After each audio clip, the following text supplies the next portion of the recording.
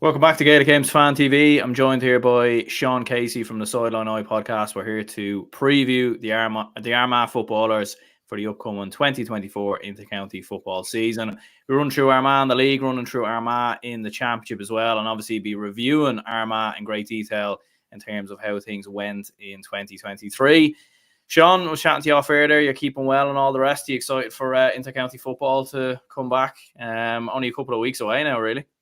Yeah, only a couple of weeks on. Gaelic Cup starts up here on the 3rd of January, so looking forward to it. Armagh got a very tough group. They've done all up first and then Tyrone, so two nice games to break into the new year. But yeah, looking forward to getting it started again. It doesn't belong swinging back into action. Absolutely, yeah. Where do you stand on pre-season competitions? I mean, like as you said, like I think the McKenna Cup in general has a lot of, you know, like I remember last year, I think it was sold out, and obviously a lot of fans going to, I suppose, Ulster, very, very competitive. But I know in Leinster and even Munster and at times Connacht, there isn't really much of a fuss about pre-season competitions. But how is it in your neck of the woods? Yeah, funny. Armagh played Antrim in the first round last year, and I think there was 4,000 or 5,000 in the athletic grounds went to see it.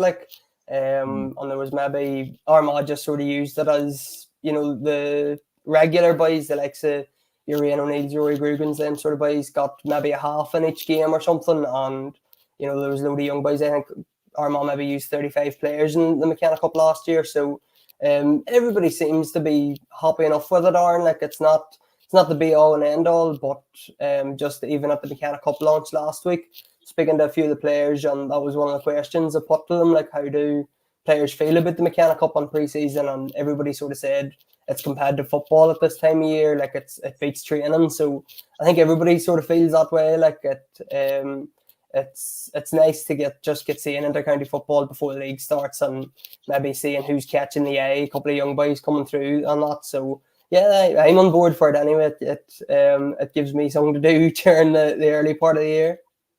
100%. Yeah, now look at it. It is inter-county football, and I suppose there is matches and games to be seen and everything else. And I suppose that's what we want to see as football fans. I suppose looking back at last year, maybe first of all, before sort of breaking into things this year, like what's the general vibe like around Armagh football right now? Obviously, Kieran McGeeney staying on for another year, which I know sort of caused a bit of debate in terms of should he be kept on, should he leave? What's the vibe like around Armagh football right now?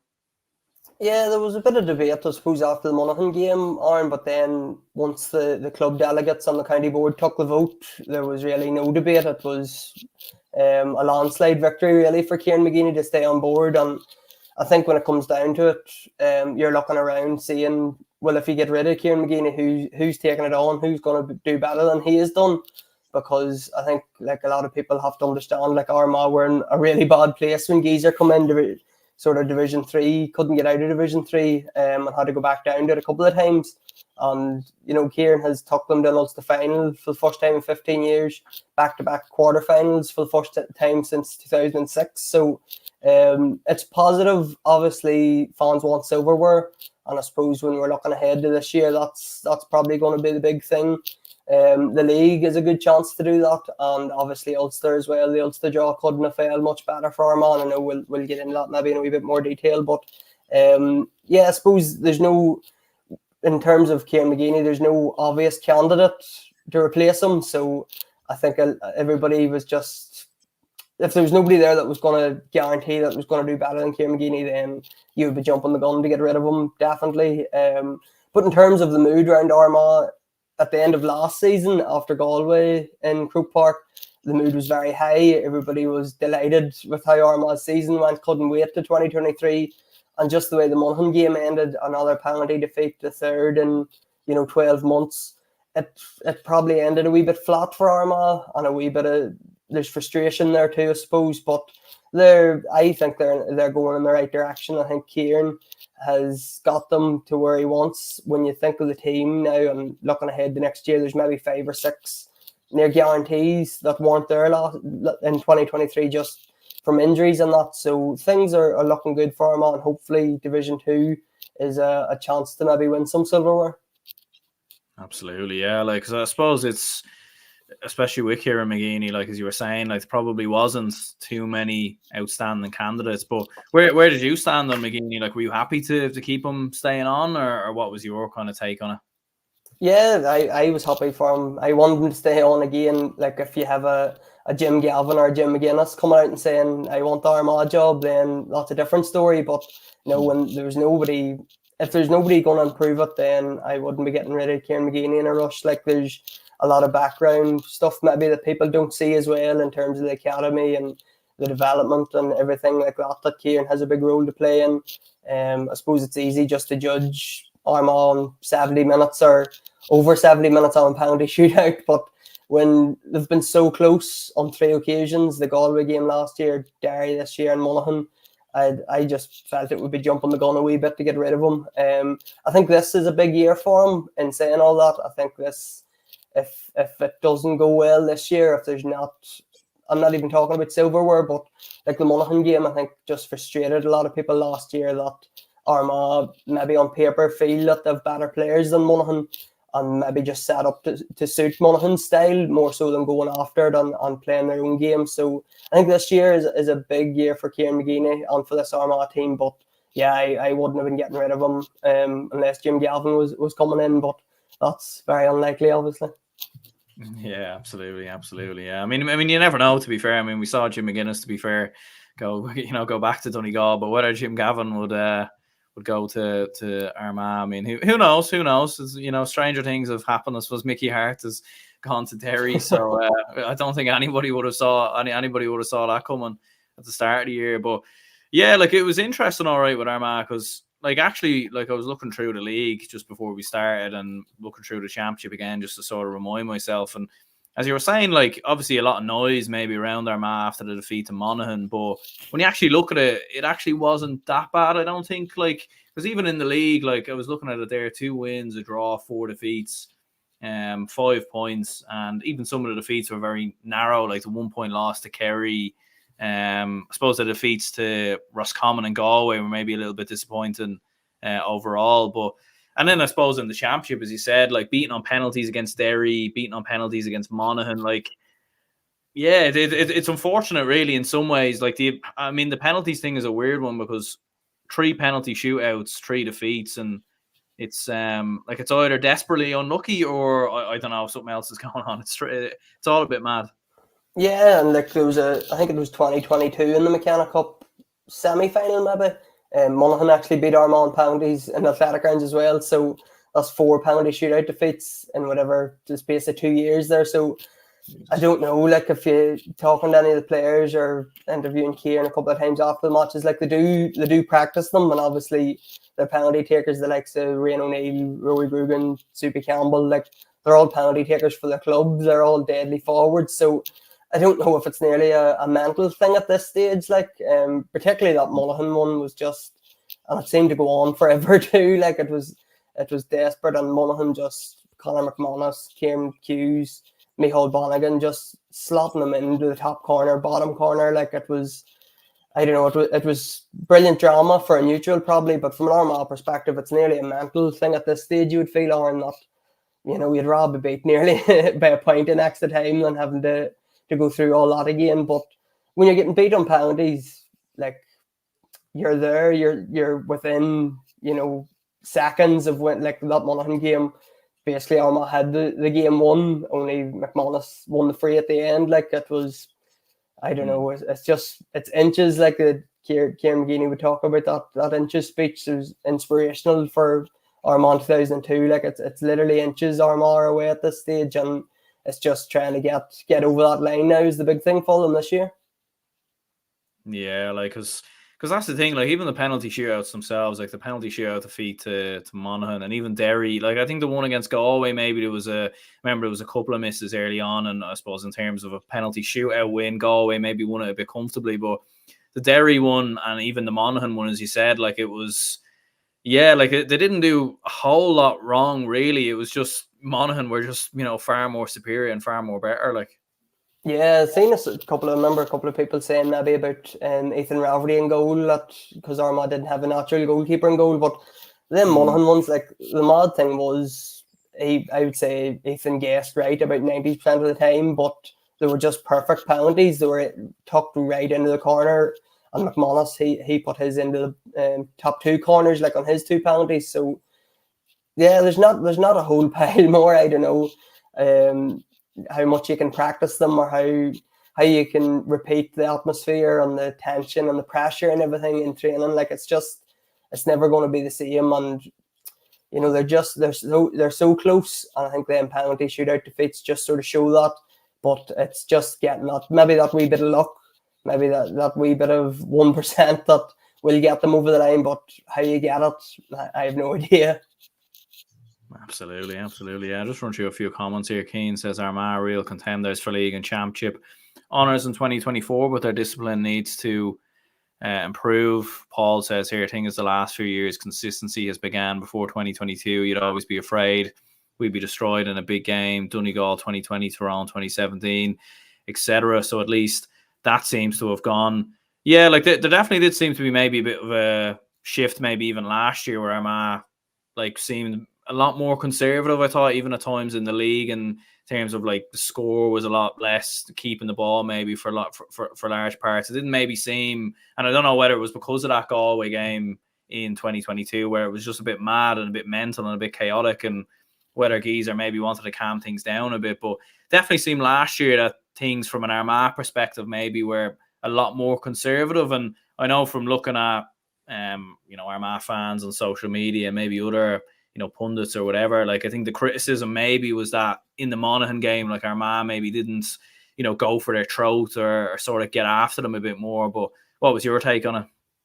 Yeah, that's probably going into what I was sort of saying at the start, that frustration, the way Armagh played against Galway in 2022, like you come out on the wrong end of that in a penalty shootout, but the boys gave it all, and it was such a brilliant game of attacking football.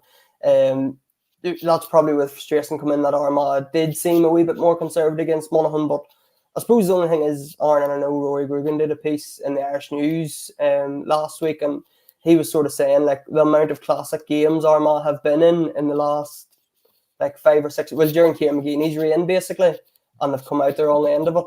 So I suppose as a fan and maybe as a neutral, yes, you do want to see them playing open, attractive, free-flowing football. Everybody wants to see that, but it hasn't worked. There was obviously the Galway game last year. There was the Monaghan one in 2020 or 2021 maybe, I think. There was Roscommon in Portlaoise in 2018 or 19. There's been so many classic games that Armagh have been involved in and haven't got over the line. So I suppose you have to change that at some point, and maybe that was sort of their mentality last year. But maybe just trying to find that balance a wee bit is key. Like coming up against Monaghan, you can't play man-to-man out attacking football because they're just going to hit you on the counter.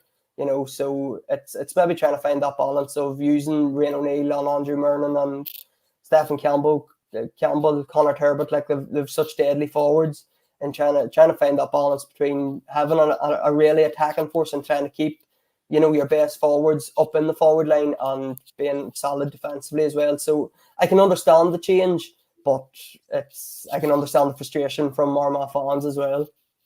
Yeah, because I suppose like the game management, I suppose, was always a big issue. Like, and probably maybe still hasn't fully gone. Like I remember against Derry, I think you were 2 points up in going down the home stretch in extra time, and then obviously Derry, I think, pulled it back to being a point up, and then obviously he went down the other end and scored the last point. So I suppose that's been the thing. Maybe it's just game management down the years has been a little bit inconsistent, and I suppose if you can narrow that out, then maybe then you might be able to kick on a bit more.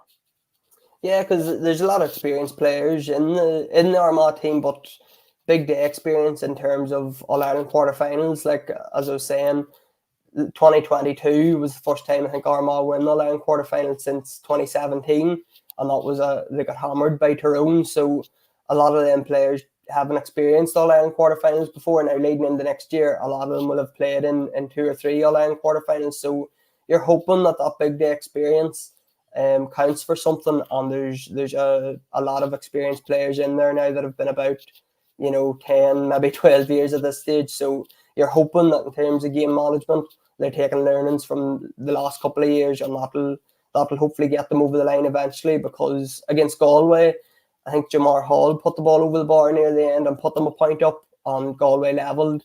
Against Monaghan this year, Rian O'Neill scored what I thought was the last kick of the game, but Monaghan come up and scored again. So it's maybe just getting that point up and it being a wee bit more cynical or something. Maybe we've seen Dublin a couple of years ago against Mayo in the All-Ireland final, when Dean Rock scored the free, and all the Monaghan or all the Dublin forwards just dragged the Mayo defenders down to waste time and to get set up again. So maybe that's a wee bit more cynical, a wee bit more something like that from an Armagh perspective. But there's a lot of experience in that group, so I'm sure they'll work it out themselves.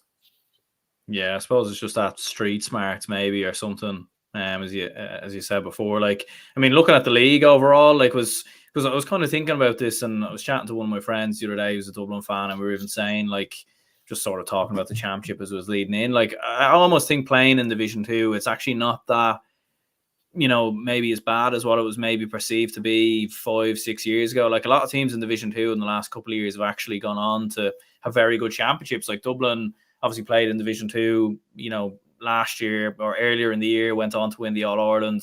Galway the season previous went on to reach the final. I think Mayo the season before that went on to reach the final, having played in Division 2 as well. And even we look at Derry, who, you know, have been sort of around Division 2 the last couple of years as well. So, like, getting relegated, like, was it that big of an issue or problem, or how did you look at it? Like, because as we're saying, like, 2 wins, a draw, 5 points. Like, I suppose you're only 1 or 2 points off finishing third or fourth, but at the same time, it does look like a step back, considering you'd sort of established yourselves as a Division 1 team for a couple of years there.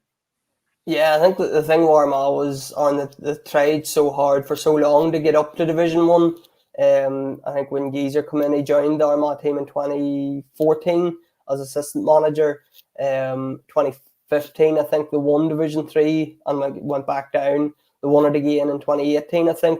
And stayed in Division 2 then for a couple of years. So it was nearly the whole journey of Kieran McGeeney's tenure was to get up into Division 1 and sort of try to establish themselves. And they probably done that last year I think they finished third last year in the table, and a couple of big wins, obviously, over the likes of Dublin, Tyrone and that. So I think that was just frustration that, you know, they spent so long trying to get up there, and now they're back in Division 2 again. But Division 2, yeah, it's definitely, there's a lot of hard games for Armagh in Division 2. You look at like Donegal with Jim McGuinness back, Meath coming off the Talton Cup win, Kildare, you sort of don't know how to take Kildare, and you have a couple of Ulster clashes with Donegal, Fermanagh and Cavan as well. So there's definitely not, and then I have to go to Cork the last game as well. So while you want to be in Division 1, you want to be testing yourself against them top teams. Division 2 is certainly not going to be easy for Armagh, and there's a lot of tough games in Division 2 coming up. Absolutely, yeah. Like, especially with obviously Jim McGuinness coming into Donegal as well, I think it definitely adds another dimension from a Donegal perspective as well. In terms of like the panel or the team, like I remember seeing Jardy O'Byrne was opting out, and now he's obviously back in again. But how is it looking kind of going into the new year? Like, has there been much changes or any younger players coming in, or how's it been looking? Probably boys coming back from injury is the big thing, Aaron, for next year. If you look at the championship team from Armagh in 2023, Ashen ONeal missed out, Niall Grimley missed out, Tiernan Kelly, Mark Shields, Kieran O'Hanlon. There's a lot of players. I think that's 5 players there that would be in the top 20, I would say, or pushing for starting jerseys. The likes of Tiernan Kelly, probably Niall Grimley and Ashen ONeal would be guaranteed starters nearly. So like having them 5 boys back, Blaine Hughes is back in as well.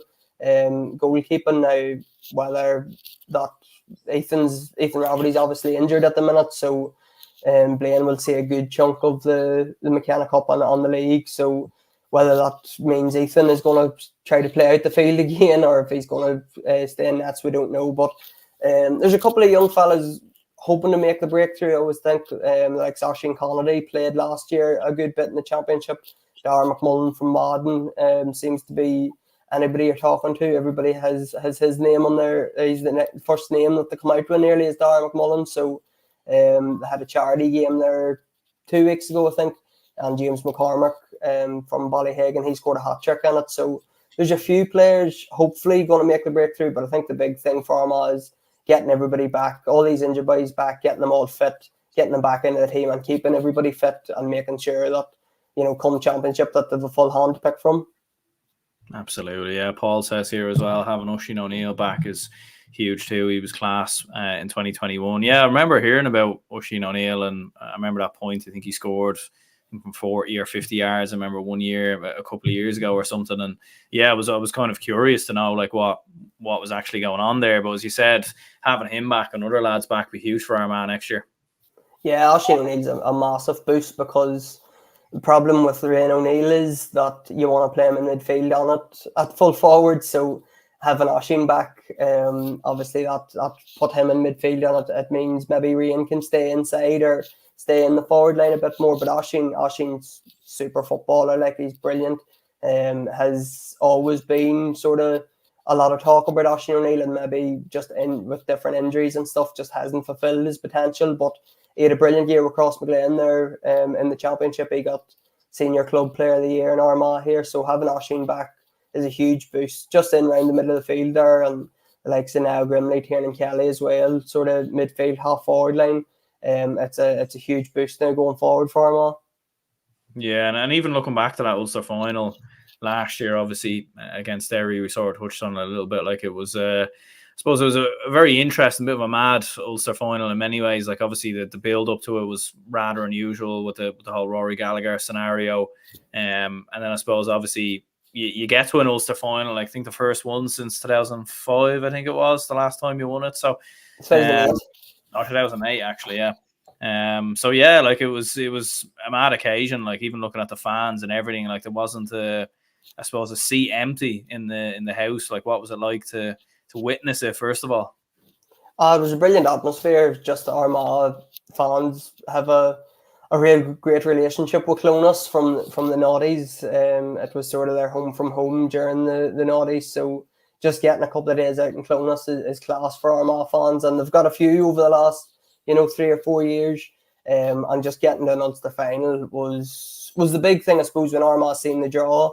They had 3 Division 3 teams to beat to get the Ulster final. They'd Antrim, Cavan and Down. So getting to an Ulster final and being within touching distance of winning one was heartbreaking in one way, but encouraging as well that, Armagh are down at the top table at the minute. Like they're getting a draw with Derry, who are one of the favourites for All-Ireland.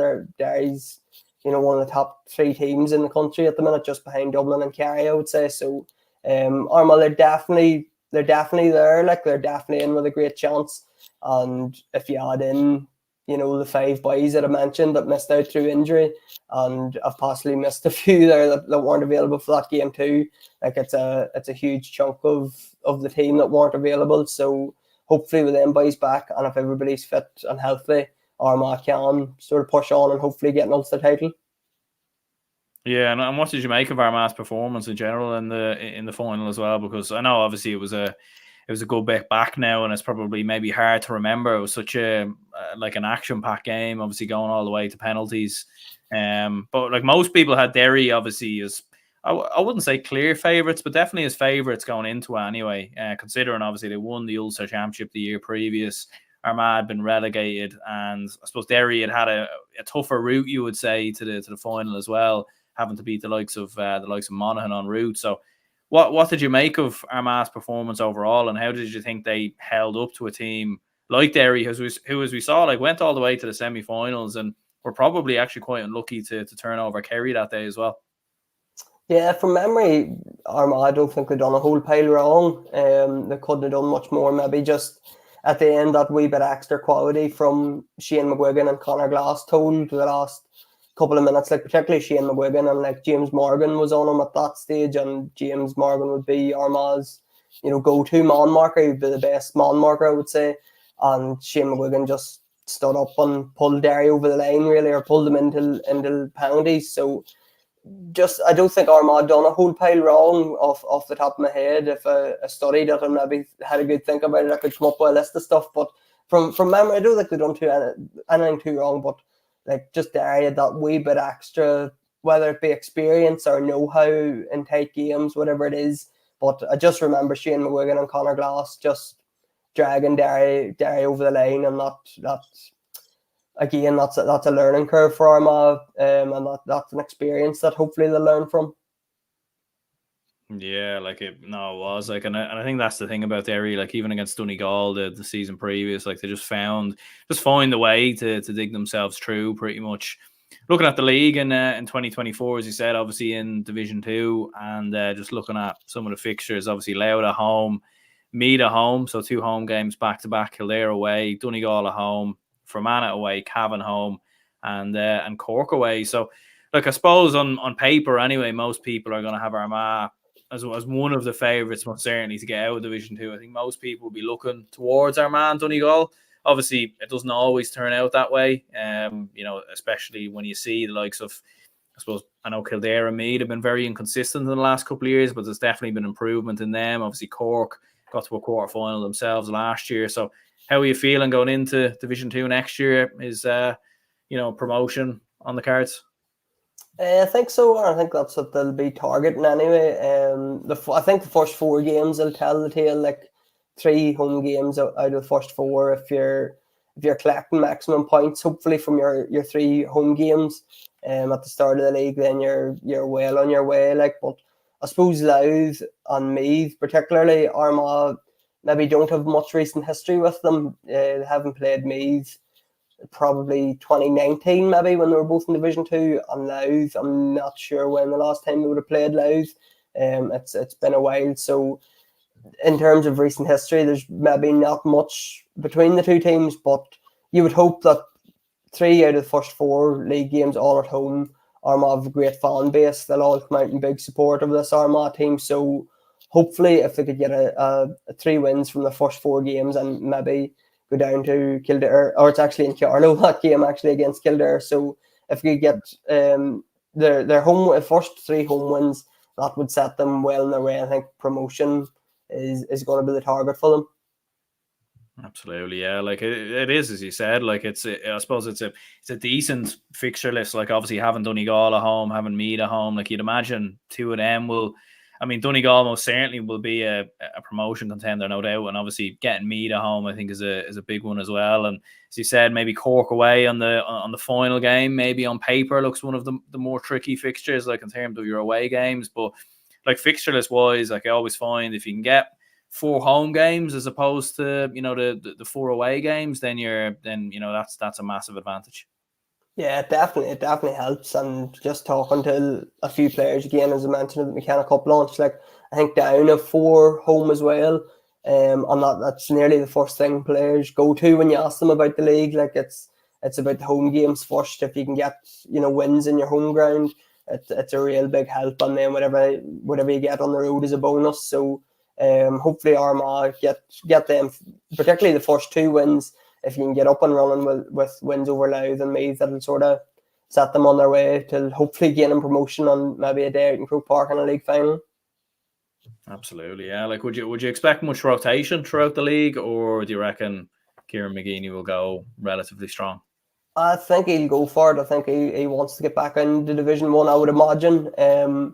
But Kieran's policy seems to be that if you're doing it in training, you'll get your game time, because the likes of Shane McParland last year didn't play. I think he came on against Tyrone for the last 2 minutes in the last round of the league, and then come in and started in the championship and was a great addition in the championship. So I think Kieran's policy is if you're doing it in training, you'll get your chance in the games. So I would imagine he'll play his best 15 every week, every time he gets a chance, depending on injuries and whatever else. But if there's a few players standing out in training that maybe aren't household name or aren't well known, I'd say give them a chance and see what they're made of in a competitive game. Yeah, definitely. As you said, you definitely want to be, I suppose, making that step sort of straight back up to Division 1, considering Armagh were, I suppose, fairly dominant, or fairly consistent in Division 1 for a couple of years there. Who else would you be thinking could come up with Armagh then? I mean, obviously a lot of people will look at Jim McGuinness and Donegal, but obviously it's the first season for his side, or first season back in charge of Donegal, so we don't know necessarily how things are going to go from the from the get-go. And as we were saying, like it's fairly good competitive sides in there. Like even the likes of Cavan being in there for Fermanagh, I think are a tricky enough side. So who else would you reckon, do you think, can, challenge for promotion? Yeah, it's really tough. Donegal, probably just with McGuinness back, is the one that sort of jumps off the page. But Cork, hard to know really what themselves, Kildare and Meath have probably been inconsistent the last few years. Cavan have all the talent in the world. They just don't seem to have pushed on really since they won Ulster. But they're a tricky test, and Armagh do always find them a tricky test. So I'd probably edge towards Donegal, but that's just a guess. Maybe after 2 or 3 league games, you'll be saying that they've no chance. But just the McGuinness factor, I think that's a big help for them. So I'd say Donegal probably, Armagh and Donegal probably the 2 favourites to go up.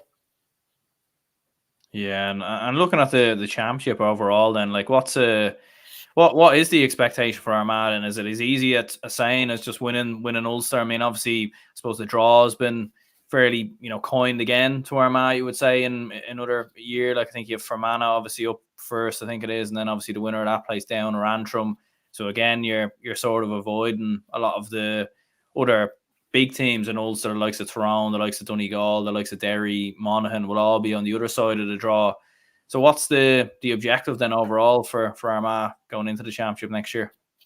Definitely getting to the final. I think they have to get to the final, like you listed off the draw that they have, and no disrespect to from Antrim and down, but they're probably the 3 weakest teams in the province.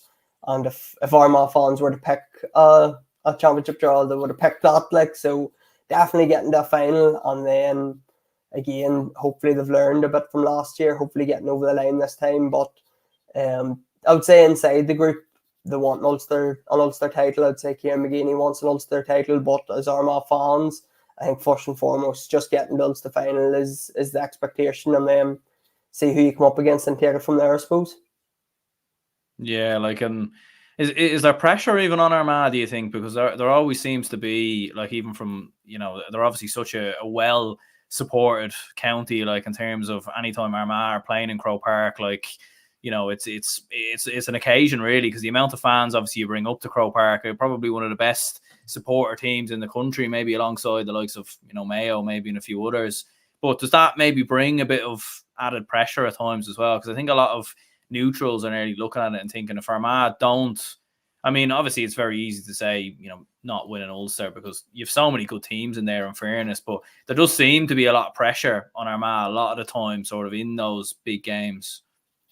Yeah, no matter what, even when Armagh were in Division 3, like, there was always talk of Armagh in Ulster, and they had obviously a terrible record in Ulster before. Probably last year was their first really good run. 2023 was their first real good run in Ulster. There's a pressure or an expectation around Armagh always, and I don't know if that's the Kieran McGeeney factor and people expecting them to deliver a piece of silverware, or it's just the talent that they have in their team. Like, they do have a lot of talented footballers. Maybe that adds into it as well. I'm not sure, but definitely from inside Armagh and just gathering thoughts of other people outside the county, there's a lot of pressure and expectation. But you mentioned the fans there. I'm sure Armagh players would rather, bring whatever 20,000 Armagh fans to Croke Park rather than playing in front of an empty stadium or whatever. Like, Armagh players and the Armagh fans have a really good connection at the minute, because I know after league games last year and championship games even as well, there was a lot of fans streaming onto the field and young people getting photos and autographs. So there seems to be a good connection at the minute with Armagh players and the fans. So hopefully, I would say it's a pressure, but it's not one that they would be turning their nose up at. I'd say they're happy enough with it. Yeah, James says here, looking forward to the old rivalry in the McKenna Cup in a few weeks. Come on, the Red Hands. And Keane says here, Armagh and Donegal to gain promotion. Yeah, Armagh and Donegal will certainly be two of the favourites, in fairness. And like looking at the overall All-Ireland picture as well, like, I mean, you've obviously got, I suppose, Dublin, Kerry, and I think a lot of people would perceive Derry maybe as sort of like a top three right now. But, you know, I was saying to a few other people, like when you look below that top three, you've got a list of counties there really that I think on any given day could beat anyone. Like obviously you saw yourselves beat Galway, obviously in the group stages last year. Monaghan obviously went and turned over yourselves via a penalty shootout. And then you're looking at some other results, you know, the likes of Cork obviously turning over Mayo, and Mayo turning over Kerry themselves in the group stages. So it does seem like below the likes of your Dublin and your Kerrys and Derry to a certain extent, that any team can kind of beat anyone. So like it does open the door maybe for a, you know, a possible semi-final, and, you know, who knows beyond that really.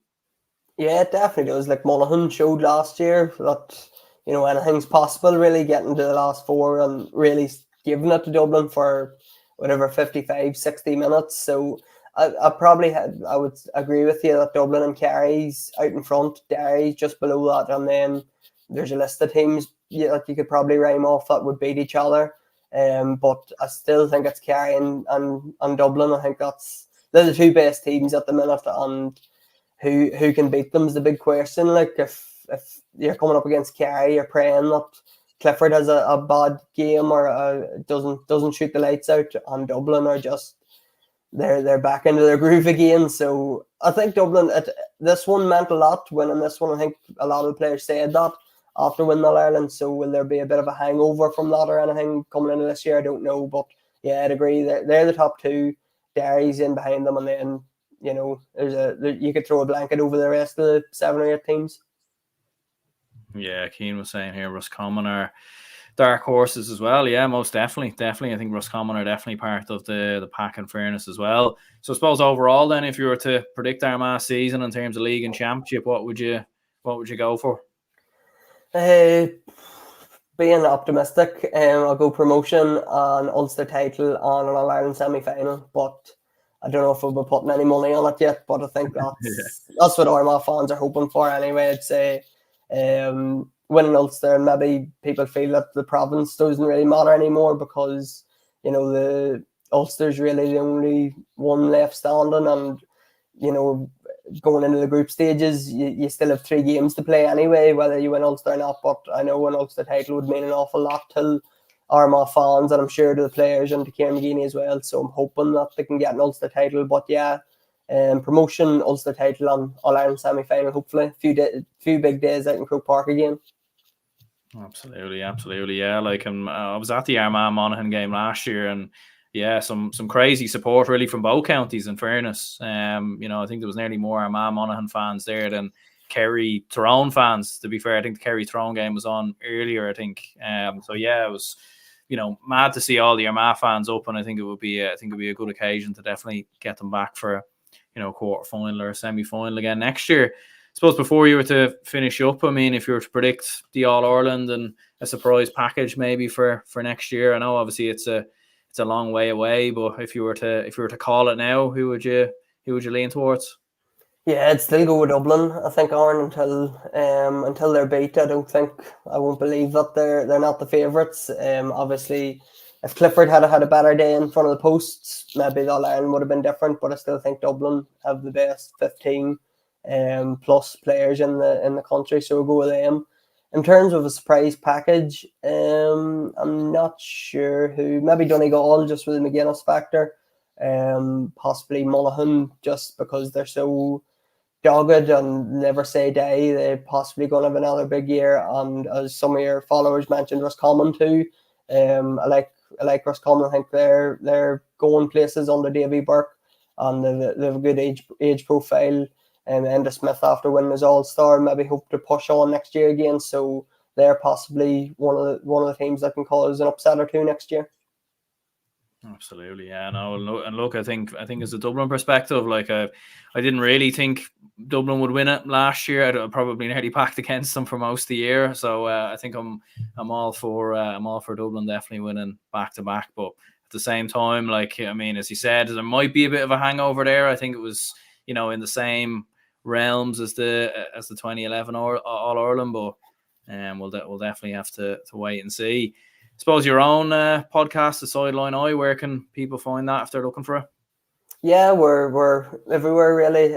Follow us on social media. We're on Facebook, Twitter and Instagram at The Sideline Eye. On the podcast is on Spotify, on YouTube as well, for anybody that likes watching podcasts instead of listening to them. But we're taking a wee bit of a break now, obviously, over Christmas, and we'll be back in the new year for the McKenna Cup, following Cullyhanna's progress in the Intermediate All-Ireland as well. So McKenna Cup game starts, it's the 3rd of January, so we'll hopefully have a preview show in around the 1st or the 2nd of January to kick off 2024. Great stuff. Well, look, listen, Sean, appreciate you jumping on, and best of luck, obviously, for next season in Division 2 and in the Championship as well. Hopefully, maybe Dublin will get a crack at Armagh again, maybe put that league defeat right from a couple of years ago, but we'll see. Cheers to anyone who tuned into the stream. If you could hit the like button and subscribe, that'd be much appreciated. And we'll chat to you all soon. Thanks, Aaron.